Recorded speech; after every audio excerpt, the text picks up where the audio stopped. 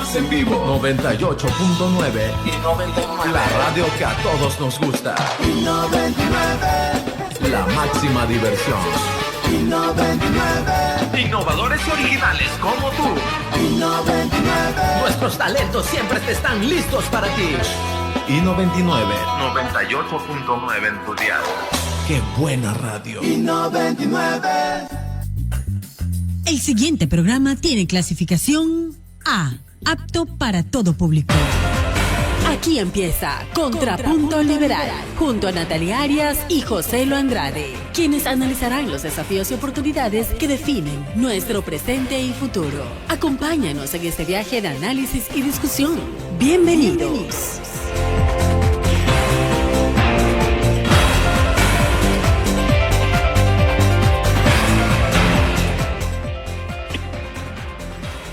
Muy buenas tardes y bienvenidos todos a su programa Contrapunto Liberal, el programa del Instituto Ecuatoriano de Economía Política. Para quienes aún no nos conocen, el instituto fue fundado en 1991 y es un centro de estudios privado dedicado a la promoción de las ideas de la libertad y la prosperidad para el Ecuador. Mi nombre es Daniel Mayorga y el día de hoy nos acompaña en el panel Gerardo Verdecia y una invitada especial.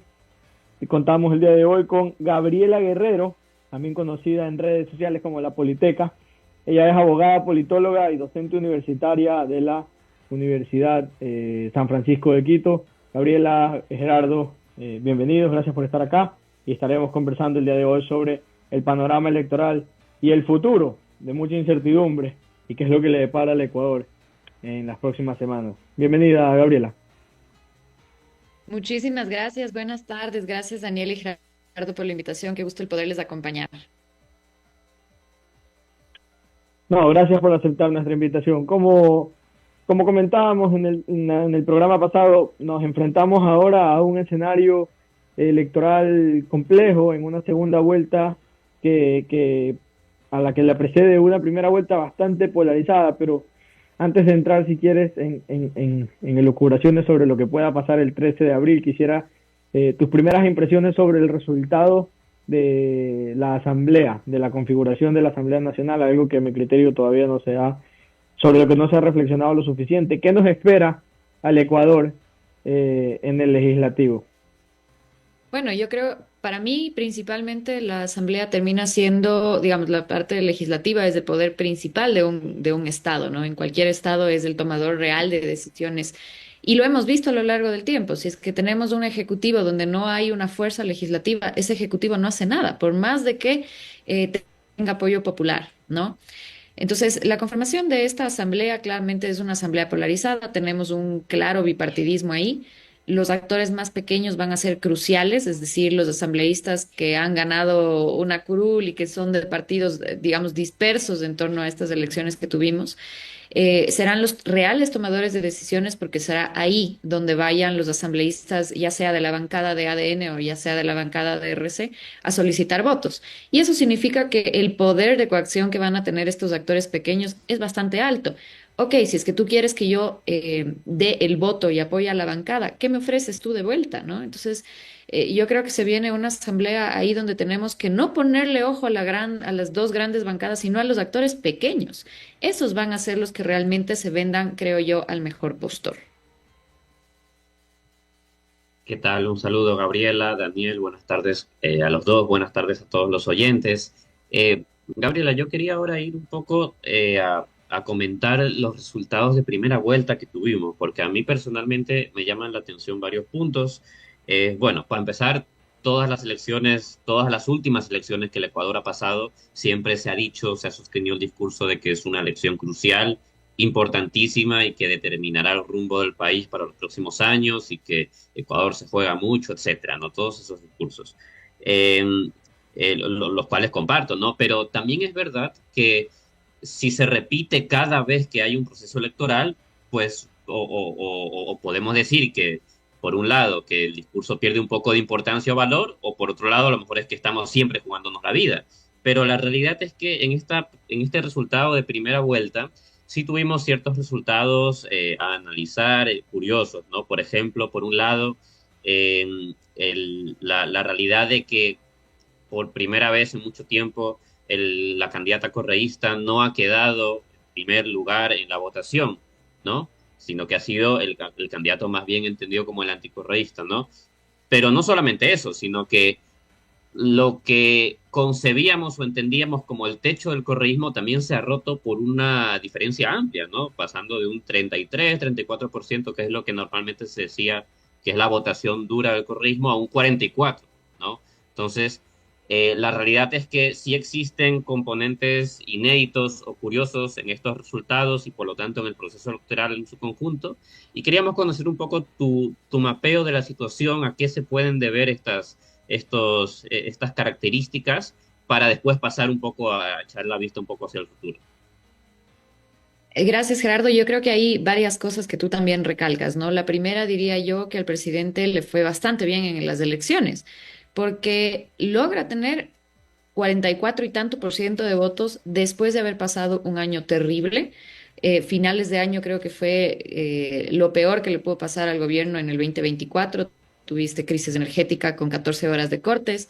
La desaparición de los niños también creo que jugó ahí un rol importante. Entonces, cosas muy seguidas, una crisis de seguridad que no se logró controlar del todo. Y pese a estas circunstancias, logra sacar una votación que, como bien menciona Gerardo, le sobrepasa por poco o mucho a la candidata del correísmo, ¿no? Entonces, eso sí creo que nos da una primera lectura importante en torno a le pudo ir muy mal y le fue bastante bien dentro de las elecciones, si es que nos ponemos a pensar cuánto sacó realmente. Yo sé que tal vez ahí el golpe para el gobierno fue que estaban muy esperanzados de que haya una sola vuelta. Y es más, muchas encuestas y muchos análisis de los que se suscitaron en este periodo le daban inclusive ya digamos, la primera vuelta ya la ganaba Daniel Noboa, decían las encuestas, ¿no? Inclusive decía, bueno, si es que pasa una segunda vuelta, tal vez no pensamos que iba a ser una vuelta con un margen tan pequeño en la votación. Creo que eso es lo que le termina decepcionando un poco al gobierno, ¿no? O sea, la polarización tal vez no había llegado a tal extremo como la vemos ahora. Y por el otro lado, yo creo que ahí también es un poco el reflejo de lo que está pasando ahorita. No solo hay una polarización, pero ninguna de las candidaturas termina realmente de convencer. Es decir, estamos ya no solo en crisis de partidos, también estamos en crisis de liderazgo. Y nos vuelve a pasar lo que ya nos pasó en las elecciones del 2021. Terminamos haciendo una elección en torno a qué es correísmo y quién representa el anticorreísmo. No necesariamente estamos votando por Daniel Noboa como la figura del liderazgo, porque sería muy pronto para decir Daniel Noboa se ha forjado como un nuevo líder en el Ecuador, como sí lo hizo Rafael Correa. Rafael Correa, para forjarse como un líder en el Ecuador, tuvo que estar alrededor de 14 años en el gobierno. Eso es lo que ha hecho que se mantenga esa figura. Daniel Noboa va 16 meses. Entonces es imposible que se termine de forjar o que hablemos de un antinoboísmo. Creo que es muy pronto, es demasiado pronto para hablar de eso. Creo que estamos hablando de una oposición, por ejemplo, al gobierno, digamos, un voto en contra del gobierno porque nos encontramos en un Ecuador que no gestiona, que no acciona y tiene que ver también por la carencia de recursos. Con esto no estoy justificando las acciones o no del gobierno, estoy diciendo que estamos partiendo de que no tenemos tampoco dinero. Creo que va por ahí el cómo han ido direccionándose también las cosas en estas elecciones. Entonces, primerísimo, polarización clara. Número 2, estamos de nuevo hablando de un correísmo y anticorreísmo. Y número 3, las opciones no terminan ninguna de ser la opción por el liderazgo, entonces no terminan de convencer las opciones. Gabriela, a tu criterio, ¿cuál podrías decirnos que es la agenda o qué podemos esperar los ecuatorianos en caso de que la candidata del correísmo efectivamente llegue a ganar la segunda vuelta? ¿Va a ser esto un regreso al modelo autoritario de Rafael Correa y en cuanto a sus declaraciones durante el debate, ¿crees que se vaya a alinear con la izquierda internacional más extrema como Venezuela o crees que podemos esperar un cambio en el correísmo con este eventual cambio de liderazgo de Luisa González hacia lo que llamaba Carlos Alberto Montaner una izquierda más vegetariana, más moderada, quizás como la que tenemos ahora en Chile con el presidente Boric. ¿Qué podríamos esperar en caso de darse ese escenario? Yo creo que tanto en el un candidato como en el otro vienen ya con sus agendas internacionales marcadas y eso ya lo hemos visto, ¿no? Justamente con la elección de Uruguay creo que se reunieron las figuras más representativas en torno a las izquierdas y ya vimos con quién va a estar también tratando la candidata Luisa González en caso de llegar a la presidencia. Han habido declaraciones por parte de México que estarían bastante contentos, ¿no es cierto?, de que termine siendo Luisa la nueva presidenta. Entonces sabemos hacia dónde iría, digamos, un poco marcada la agenda en caso de que regrese al poder Revolución Ciudadana, regrese al poder presidencial, porque nunca ha perdido el poder. Ha estado ganando las prefecturas, ha estado ganando las alcaldías de las ciudades más importantes. Entonces no es que no ha habido poder, han estado en la palestra y han estado presentes todo este tiempo. Ahora, sí también hay que entender que, de nuevo, sigue habiendo la figura representativa de Rafael Correa detrás de la candidata Luisa González, por más de que se haya tratado de desprender. Es bastante difícil. Ella misma ha hecho la declaración en el debate. Creo que lo que le peor jugó en el debate a ella es haber dicho la frase de rana sí, sapo no, porque estás terminando de admitir que sí hay la figura de Rafael Correa detrás tuyo. Inclusive, yo creo que ahí la Fiscalía tiene una declaración bien amplia en torno a esa declaración pública en un evento de televisión nacional. Entonces, ¿hay una figura correísta atrás? Por supuesto. Que la candidata trate de desprenderse y diga, y no va a estar dentro del gobierno, no le vamos a tomar en cuenta, creo que eso es un absurdo.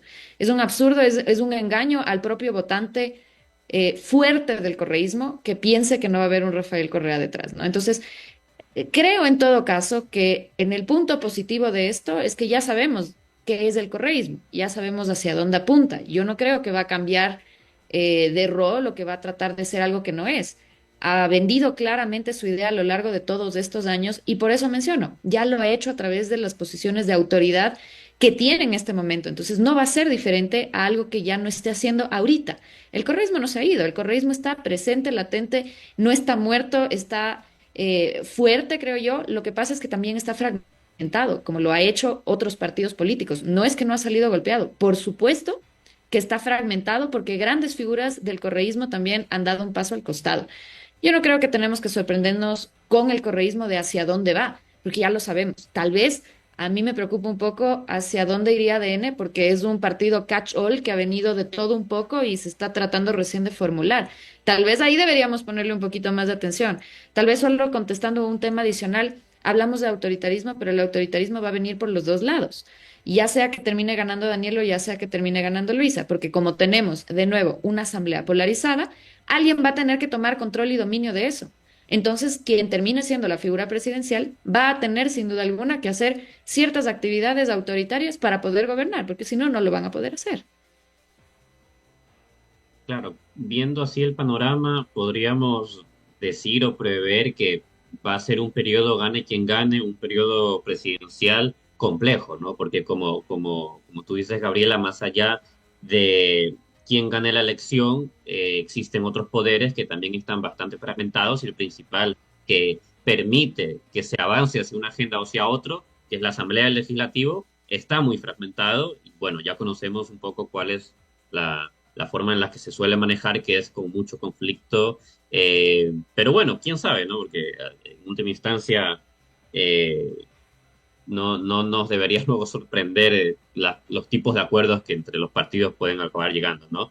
Pero quería ahorita echar así una mirada más bien hacia lo que debería suceder para salir del mal camino político que el Ecuador está llevando, ¿no? Porque echando la vista atrás, como digo, la polarización ha ido en crecimiento, se ha ido acentuando. Y bueno, ahorita tenemos no solamente un partido como RC que tiene una base muy sólida e incluso en cierta medida que es extrema de posición política, sino que se podría estar gestando otra desde la parte del novoísmo que bueno, también causará sus turbulencias en el panorama político. Ambos dos, por ejemplo, hablan de constituyente. hablan de emprender un camino constituyente si es que llegan a ganar la presidencia. ¿Qué opinión te merece esto? ¿Qué debería ocurrir en esa constituyente para que fuera realmente positiva para el país? ¿Es posible emprender un camino constituyente perjudicial para el país? ¿Por qué? ¿Bajo qué circunstancias? ¿Cómo nos puedes tú analizar estas propuestas? Tal vez, Gerardo, partiendo lo último que acabo de mencionar, en que en los dos lugares vamos a tener, o estamos apuntando, o estamos empujando como país a que haya un autoritarismo, cualquiera de las dos constituyentes van a encajar con el personaje. Eso ha pasado siempre en el Ecuador. O sea, somos un país de caudillos. Cada vez que hacemos una reforma, no una reforma, una constituyente, termina siendo la que calce con la persona que esté liderando en ese momento. Yo les pongo siempre el ejemplo de Eloy Alfaro, que es uno de los presidentes que generó dos constituyentes. La primera, una constituyente que era un poco más liberal, moderada, y la segunda que lo hizo a través de unos, no sé, 15 años después más o menos, que fue una constituyente liberal radical, porque ya no le servía el primer modelo que él mismo implementó. Entonces no me parece alocado, ¿no es cierto?, que hoy en día sea RC quien promulgue una nueva constitución, siendo que ellos crearon la constitución actual. Uno se preguntaría, ¿para qué? Pero si es que tú creaste el modelo, ya, pero el modelo dejó de encajar porque ya temas que tal vez vendían a, no sé, hace 20 años, que podría ser justamente el summa causai, está completamente abandonado. Ya nadie habla del summa causai, ya ni siquiera está de moda. Entonces ya no me es funcional. ¿Qué voy a hacer? Voy a hacer una constituyente que me permita gobernar a mí. Entonces dependerá quién gane en primer lugar y dependerá cómo eso me sirva ahorita a mis intereses personales como el caudillo que me quiero convertir. Si es que tal vez yo necesito hacer una suerte de manipulación institucional y una constituyente ahí con poderes más hiperpresidencialistas, pues lo haré, porque eso es lo que me funciona ahorita. Y eso tal vez no le vaya a ser funcional a la persona que venga más adelante. Entonces volveremos a hacer otro proceso constituyente. La manipulación normativa de esas reglas del juego ha sido brutal en toda la historia del Ecuador. Así vive el Ecuador, con caudillos. Entonces, de nuevo, en cualquiera de los dos casos, yo creería que va a ser una constituyente que encaje con el personaje y la ideología del personaje, que encaje con el tinte mundial, es decir, si es que es de izquierdas, entonces será de izquierdas, si es que es de derecha, entonces me iré a las derechas, y finalmente que encaje en torno a cómo yo puedo manejar mejor esa parte institucional y que me permita entrar en esta parte de autoritarismo que he mencionado, ¿no? Creo que va por ahí el tinte de las constituyentes. Pero así como mencionas que Eloy Alfaro promulgó en un primer momento una constitución liberal moderada y después una liberal radical, llama a la reflexión el hecho de que la constitución socialista del correísmo del 2008 pueda tornarse en una constitución socialista radical, si tú quieres, lo que representa un gran peligro para el Ecuador. Pero ¿qué me dices de un eventual proyecto constitucional liderado por Daniel Noboa? ¿Qué podemos esperar de él, siendo que es un partido que no tiene unos fundamentos ideológicos definidos, siendo que las correcciones políticas o los temas de interés político en este momento son distintos, y que ha demostrado que bueno, si bien no está cómodo con este modelo, tampoco parecería tener una bancada que tenga una homogeneidad ideológica. ¿Qué crees tú que podría salir de una eventual constituyente de mayoría ADN? De nuevo, el modelo, como tú bien mencionas, Daniel, no es claro porque es un partido de formación reciente que ha recibido muchos personajes de otros partidos como socialdemócratas, como socialcristianos, como personas de Creo. O sea, ahorita es, yo creo que un shampoo ideológico el partido ADN, ¿no? Entonces, con eso partimos que no hay un rumbo claro de decirte tal vez quieren hacer esto o quieren hacer lo otro. Otra cosa que a mí me llama la atención es que el partido de Daniel Noboa se considera un partido de centro izquierda y realmente como que no encaja con el personaje, que termina siendo un personaje más de derecha que de izquierda. aunque las políticas que ha sacado sí pueden ser incluso consideradas más políticas de izquierda que las propias políticas que sacaba el correísmo en su época, ¿no?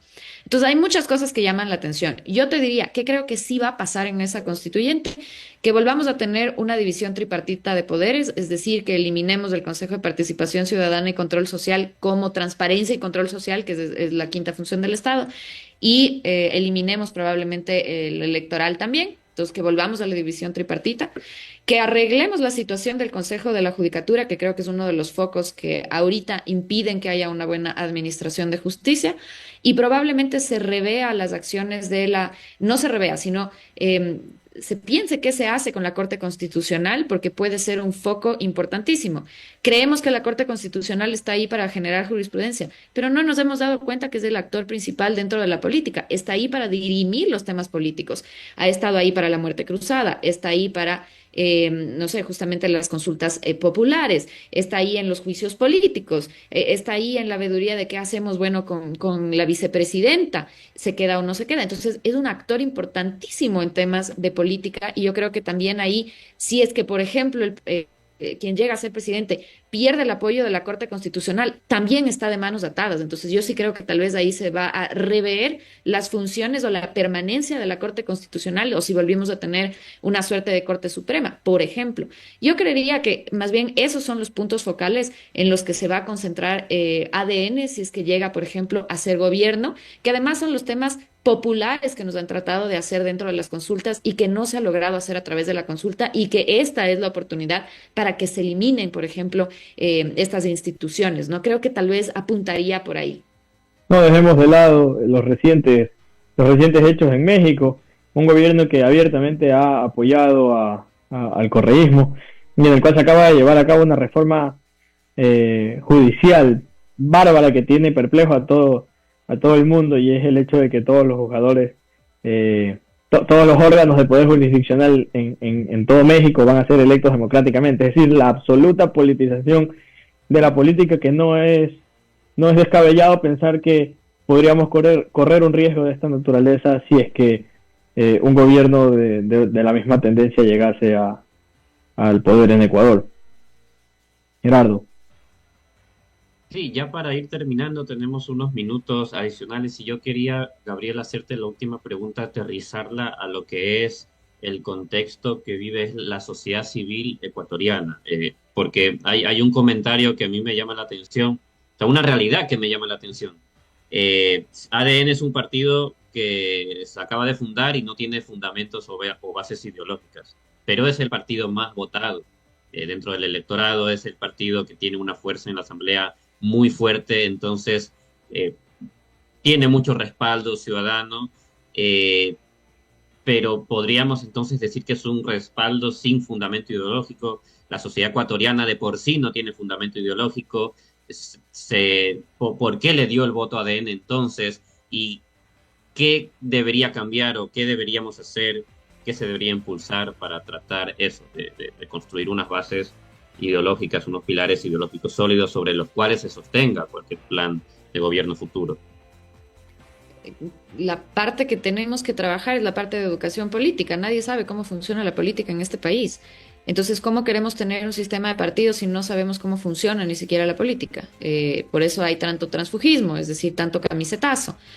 No tenemos políticos formados, vienen un montón de outsiders que alquilan partidos y movimientos, porque al final no confías en tus propias bases y, de nuevo, no tienes bases formadas suficientes para asumir cargos de alto mando, como podría ser una presidencia de la República. Lo vimos en las últimas elecciones, de candidatos que salieron de sus propios partidos, muy probablemente los del PSC, y el resto eran candidatos que venían de otros lugares. Un montón de outsiders ahí que un día estaban con, no sé, Centro Democrático y luego estaban con la Izquierda Democrática, y así en todas las elecciones. O sea, el mejor postor y el que pueda pagar, porque los partidos se han convertido en empresas políticas, ¿no? Entonces, quien recibe y quien tiene para financiar es la persona que yo le puedo lanzar a las elecciones. Necesitamos educación política, necesitamos empezar a tener memoria política histórica, que tampoco la tenemos, y yo creo que eso se tiene que empezar a trabajar desde los colegios, ni siquiera en las universidades. Creo que todo el mundo tiene ahora miedo de hablar de política, es un tabú por lo visto. Y si no hacemos eso, yo creo que no podemos arreglar lo otro, ¿no? Independientemente de eso, tenemos que hacer una reforma, sin duda, del Código de la Democracia, que está parqueada en las reformas. Ha habido muchas propuestas de reforma y a los asambleístas no les conviene hacer las reformas porque se van a perjudicar ellos mismos. ¿Qué pasa si es que yo empiezo a tener mejores requisitos para ser asambleísta? Y yo como asambleísta ahorita ya no puedo ser reelecto porque ya no cumplo los requisitos. Entonces no me importa. ¿Qué pasa con los niveles de experticia? Tampoco tengo, entonces no voy a cumplir, no entro en las siguientes elecciones. Esas son las cosas que yo creo que se tiene que empezar a cambiar de lleno. Y de nuevo, las elecciones terminan siendo un correísmo y anticorreísmo. Por eso no tenemos una razón ideológica per se. Y sí tenemos que tener eso en cuenta, ¿no? O sea, no podemos seguir votando por la persona, pero al final estamos en esa situación y tendremos que decidir frente a los candidatos que tenemos en la papeleta ahorita. Gracias, Gabriela, por tu intervención y por habernos acompañado en este espacio. Gerardo, gracias a ti. Y a todos los invitamos a seguir las redes sociales del instituto. Nos encuentran como @IEP_S. Y a Gabriela como @lapoliteca, me parece. @lapoliteca_S. Gracias por la invitación. En donde podremos seguir teniendo estas discusiones y formando políticamente a la sociedad ecuatoriana. Muchísimas gracias y nos vemos en el próximo episodio de Contrapunto Liberal.